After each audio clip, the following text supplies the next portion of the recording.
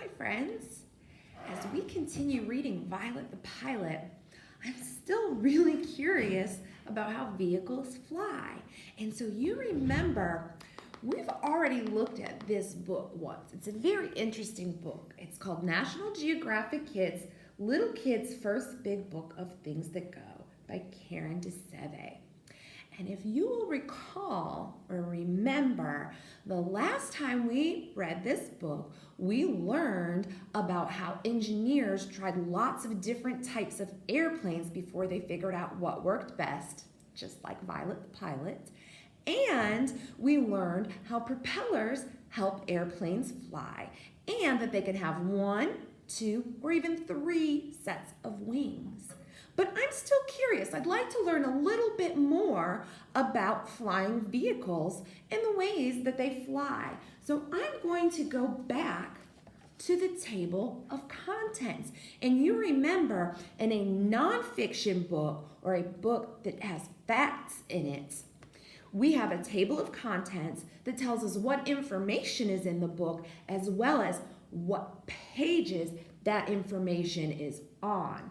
And so I scanned through all of the information. I read really quickly, and I found that over here at the end of this page was information about flying machines. So I remember we read about flying machines last time, and we read the page about propeller power last time.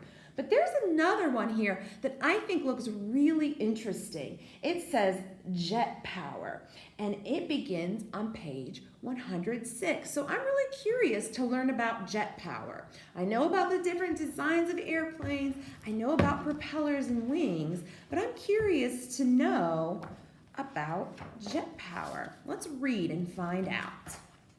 This is page 106, jet power. Faster and faster. Airplanes take millions of people to different places every day. Propeller planes are still around, but these days, most airplanes use jet engines. Powerful jet engines allow planes to fly faster and higher than propeller planes. Interesting. So here's a picture. This is a great picture of a jet plane. And let's see what these captions say. This book has lots of great photographs, and then there are captions that tell us, they describe the photographs to us. This says, the Hinkle HE-178 was the first jet-powered plane. Its first flight was in 1939. That's really interesting. So that was about 80 years ago. That was a long time ago that they had the very first jet plane. And look at this picture. You can see all of these seats on this great big plane. The Airbus A380 plane is the biggest passenger jet in the air today. It can carry more than 850 passengers. Wow, that's a lot of people that can fit on that jet plane. This one says, the first 747 jumbo jet flew about 50 years ago. This kind of plane is taller than a 6-story building and can hold up to 550 passengers. That's really interesting. So it's a very, very huge, enormous plane. So these planes are jet powered. They use a jet engine to fly. And that's interesting that these jet powered planes can fly higher and faster than the planes that are powered by propellers. And you know what else I'm noticing? I'm thinking that these jet planes are also much larger than these propeller planes. Let's keep reading a little bit more about jet power. The U.S. Navy's Blue Angels aerobatic team of pilots fly powerful jets called Hornets. The pilots fly in tricky formations at air shows.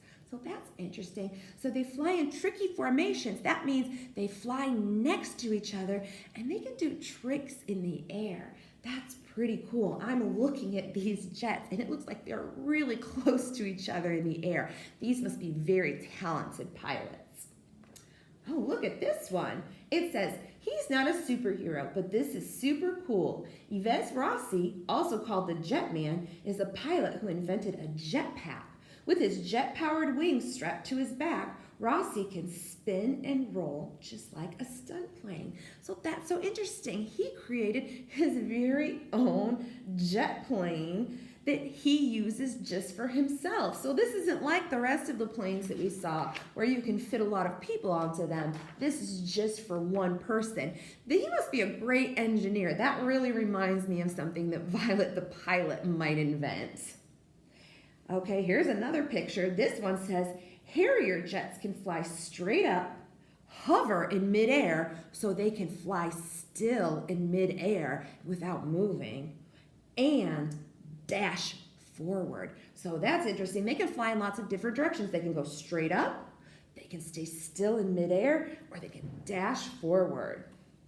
And then this has an arrow pointing to, it looks like some, I don't know, some smoke coming out of this plane. It says it's a contrail. So let's read about what that is. The long white trails left behind jets are called contrails. They are made of tiny drops of water that float together in line-shaped clouds. So that's interesting. It's not smoke.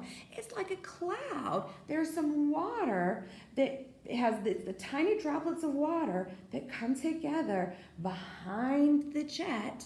It almost looks like a long line of cloud. So that's really interesting. So we learned about some different type of jet engines, and we learned that these planes are more powerful than these kinds of planes. And we also learned that these planes can fit more people on them. So I was thinking about how vehicles fly, and last time we learned that vehicles fly using their wings and using their propellers. So this time, when we read about jet engines, what makes these vehicles fly? What did we learn about these ones?